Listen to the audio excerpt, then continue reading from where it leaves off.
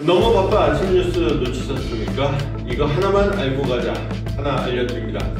눈물의 기자회견. 감정인가 전략인가? 진짜 감정인지 위기관리 전략인지 김수현의 속마음을 들여다봅니다. 먼저 죄송합니다. 고인도 편히 잠들지 못하고 있는 것 같아서 안타까운 마음뿐입니다. 배우 김수현이 최근 논란에 대해 직접 입을 열었습니다. 과거 열애설을 부인한 이유에 대해 챙겨야 할 사람이 많았다며 눈물을 보였습니다. 고인이 된 김세론과 관계 시점을 두고 카톡 증거가 조작됐다는 주장이 엇갈리고 있습니다. 김수현은 해당 메시지를 분석한 전문가의 의견을 인용하며 반박했습니다. 김수현은 회견 내내 김세론이라는 이름을 안 쓰고 유족이라는 표현만 사용했습니다. 이번 사고가 진정성 있는 해명인지 철저한 위기 관리인지 뜨거운 논쟁이 이어지고 있습니다. 진지하게 세계 정세를 논하다가 그리고 국내 정치를 논하다가 연예인 얘기를 하느냐, 제가 관심을 가진 거는 위기 관리라는 측면이에요. 최근에 제가 굉장히 재밌게 보는 사례가 첫 번째는 이거였어요. 하이브 대 민희진, 이 싸움을 흥미롭게 봤었고, 그 다음에 또 재밌게 본 게 최근에 백종원 논란이에요. 이것도 재밌게 봤어요. 그리고 이번에 이제 이 김수현이 나온 거죠. 백종원하고 비교를 해보면은 백종원이 벌써 사과 몇 번 했습니까? 물론 백종원 본인이 한 사과와 백종원의 회사가 한 사과가 좀 다르긴 해요.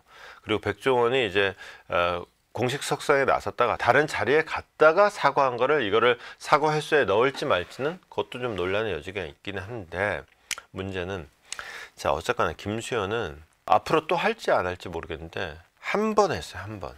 근데 백종원은 벌써 여러 번 했어요. 본인이 직접 나선 것만도 최소 2번이에요. 사과를 할 거면 한 번에 끝내야 된다. 김수현의 사과는 어쨌거나 한 번으로 끝났다. 그 점에서 다행이다. 다만 문제는 뭐냐, 그 논란을 키우고 논란에 올라타는 사람이 많아지는 것 중에 하나는 뭐냐, 사과의 횟수도 중요하지만 사과의 시점이 중요해요. 얼마나 빨리 하느냐. 그 점에서는 김수현은 백종원보다 더 심해요. 3주 동안 고스란히 매맞고 있다가 이제 뒤늦게 한 거죠. 다만 이제 고스란히 맞고 있었던 만큼 이 한 방에 모든 걸 해결하려는 노력은 있더라고요. 그리고 또 하나는 김수현은 그거잖아요. 배우잖아요. 이렇게 뭐랄까, 감정적인 전달 능력이, 원래 배우라는 사람이 누군가의 인생을 대신해서 연기하고 시청자들을 하여금 그 인생을 경험하게 하는 사람이니까 자신의 감정을 시청자들한테 이입시키는데 굉장히 탁월한 능력을 갖고 있는 사람이죠. 그 점에서 이제 아마 적지 않은 사람들이 김수현의 마음을 이해하는 모양이 됐을 거라고 생각을 해요. 다만 어느 시점부터는 좀 약간 과잉이었다 싶긴 했어요. 어제 기자회견을 보면 굉장히 잘 짜여졌거든요. 초장에는 약간 감정적으로 가고, 그 다음에 인정할 거 인정하고, 그래서 전 여자친구 힘들 때 진짜 쳐다도 안 본 이 비겁한 남자, 또는 전 여자친구를 모른 척했던 비겁한 남자, 전 여자친구가 도와달라는데 도와주지도 않은 못난 남자, 이 남자에서 내가 거짓말을 할 수밖에 없었고 모른 척 할 수밖에 없었던 이유는, 나 지금 딸린 식구가 얼만데, 더군다나 나 그때 드라마 할 때였는데, 그러면 드라마 망하지, 나 지금 소속사 망하면 그 딸린 식구 얼마며, 거기다 드라마 망하면 거기에 딸린 스태프들은 얼마며, 등등등등. 난 이거 다 책임져야 되는 사람이다.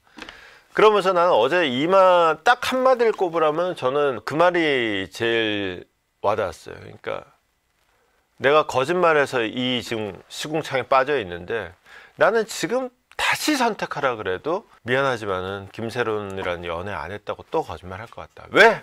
나는 챙겨야 될 사람들이 이렇게 많으니까. 그 말인즉슨 저는 얘 비겁합니다 라고 얘기하지만 저는 굉장히 책임감 있는 사람입니다 라는 메시지를 강조를 한 거죠. 그 점에서는 굉장히 성공적인 것이었다. 지금 카톡이 문제가 된 거잖아요. 연인이라는 건 본인도 인정한 부분이에요. 그러니까 다만 그 시기가 미성년자일 때냐 이제 성인이 된 다음이냐 이건데, 그 미성년자일 때 사귀었다는 증거라는 게 카톡인데, 그 카톡이 공개될 때도 이미 이게 원본은 아니라고 얘기를 했어요. 문제는 2016년이면 김세론이 16살 때인데, 그 다음에 2018년 카톡도 공개가 됐어요. 그러면 18살도 미성년자 맞죠?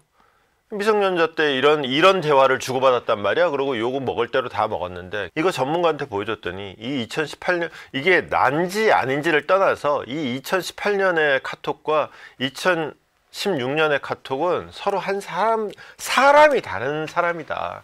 말투라든가 기타 등등을 봤을 때 라는 평가를 받았다.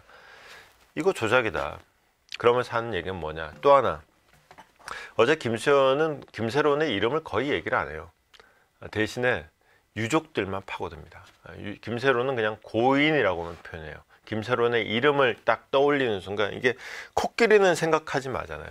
김세론의 이름을 딱 떠올리는 순간, 아이고 애 불쌍해서 어떡하노 그러면서 아이고 저놈 자식이, 이렇게 되는 거기 때문에 김세론은 뺍니다. 대신에 유족이라는 단어로, 그래서 김세론 대 김수현이 아니라 유족 대 김수현의 구도, 이제 프레임을 그렇게 딱 짜는 하이브 미니진 사태를 다시 한번 잠깐 복기를 해보면, 당시에 많은 사람들이 방시혁과 미니진의 싸움으로 얘기를 했잖아요. 근데 제가 지금 방시혁을 쓰지 않고 하이브라고 쓴 이유는, 방시혁은 여기서 잘한 선택이 몇 가지가 있는데, 첫 번째, 본인이 전면에 나서지 않았어요. 철저하게 하이브라는 회사를 내세웠어요. 계저씨가 나온 마당에, 계저씨 어쩌고 저쩌고 그러면서 미니진을 공격을 한 마당에 계저씨가 딱 모습을 드러내고 싸움에 참전하게 되면 이건 완전히 미니진 판에 말리는 거예요. 그러니까 굉장히 냉정하게 비겁하다고 말 들어도 상관없다. 그냥 회사 앞세우고